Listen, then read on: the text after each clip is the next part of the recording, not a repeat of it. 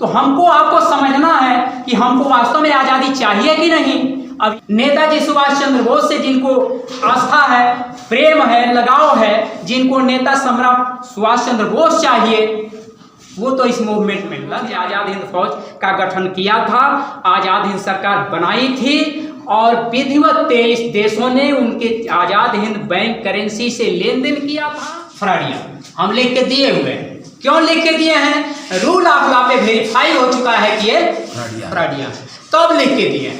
विधि ने प्रमाणित किया और हमारे कहने से, आपके कहने से वो सम्राट नेताजी सुभाष चंद्र बोस प्रथम नागरिक नहीं हो जाएंगे, वो विधि प्रमाणित करेगी।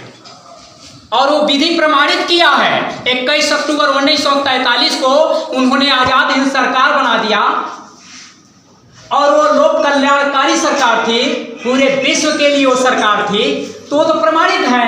अब आप हमसे कहें कि आप लाइए, वो तो पूरा दुनिया जानती है, पूरे पेपरों में पड़ा है। आप रिकॉर्ड उठा लीजिए, खोज लीजिए, नेट में खोज लीजिए, सब जगह मिलेगा। 15 अगस्त 1947 को जो 12 बजे रात को एग्रीमेंट हुआ अंग्रेजों से, वो भी नेट पे मिलेगा। डोमिनियन स्टेट का हिंदी खोज लीजिए। एक बड़े राज्य के अधीन छोटा राज्य, ये है डोमिनियन राज्य का मतलब हिंदी। तो हम ये जानते रहे कि हम आजाद हुए, अब 15 अगस्त 1947 को गुलाम हुए, पेपर में गुलाम हुए, आज जानते रहे कि आजाद हुए। उसी आजादी की ये लड़ाई है। अब आपको आजादी नहीं चाहिए, हमारे संविधान में ये भी लिखा है, विल ही आजादी है, अपनी इच्छा से जीने का नाम आजादी कहा जाता है। ये हमारे संविधान में लिखा है, बशर्ते कि उस इच्छा से किसी का अहित न हो। ये है व्यवस्था। तो जब ये व्यवस्था है तो अब आप देख लीजिए कि वास्तव में आप आजाद भी हैं कि नहीं है, अपनी इच्छा से जी भी रहे हैं कि नहीं है, जी रहे हैं। सारी व्यवस्था उनके हाथ में है, आपको रुला भी रहे हैं, हंसा भी रहे हैं और आपको तरह तरह की यातनाएं दे रहे हैं कि नहीं दे रहे हैं ये सिस्टम में बैठे लोग। आप चाहते हैं कि राशन के लिए हम लाइन लगाएं? 5 किलो। आर्टिकल 14 में व्यवस्था है समानता का अधिकार। एक आदमी अगर 5 रोटी खाता है तो जो मोदी जी खाएंगे वहीं हम भी खाएंगे, वहीं आप भी खाएंगे, ये है समानता। तो मोदी जी रोज 5 करोड़ फूंकते हैं, आए आपको 5 किलो का अधिकार, कहते हैं कि 5 किलो का अधिकार है। बताइए, तो ये चीज है। तो हमको आपको समझना है कि हमको वास्तव में आजादी चाहिए कि नहीं। अब ये है कि जिनको आजादी नहीं चाहिए वो मूवमेंट से किनारे हो जाएंगे, और जिनको आजादी चाहिए वो उनको कौन रोक लेगा जी।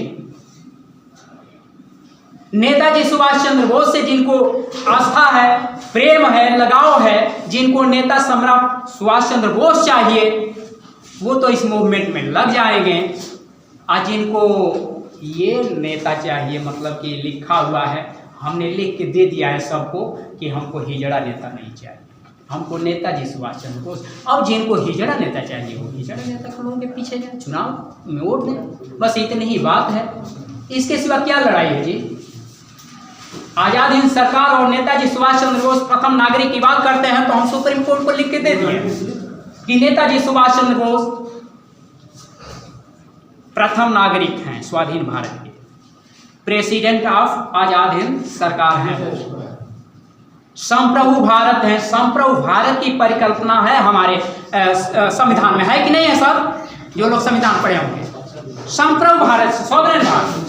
सॉवरेन भारत है कौन? नेताजी सुभाष चंद्र बोस।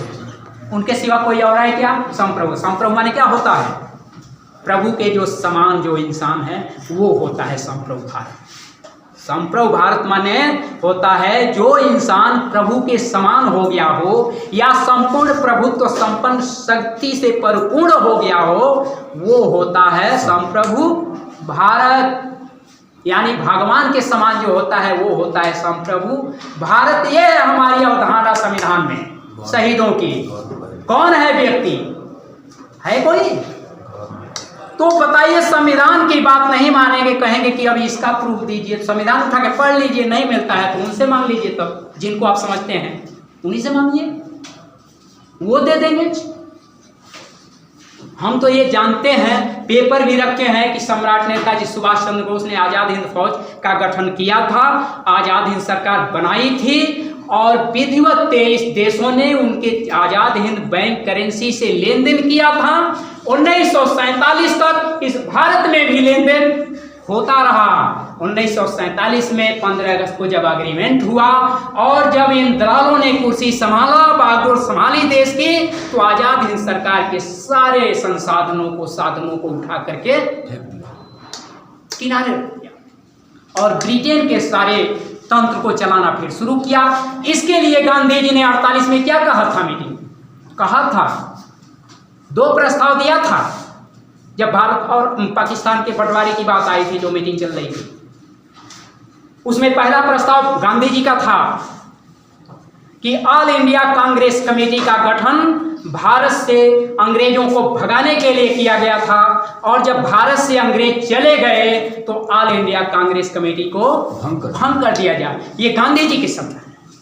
और दूसरा प्रस्ताव उस मीटिंग में गांधी जी ने 48 में दिया था कि ये जो ब्रिटिश पार्लियामेंट्री सिस्टम भारत में चल रही है, इसकी स्थापना अंग्रेजों ने भारत की जनता को लूटने के लिए किया था और जब भारत से अंग्रेज चले गए तो भारत की जनता का लूट बंद हो जाना चाहिए।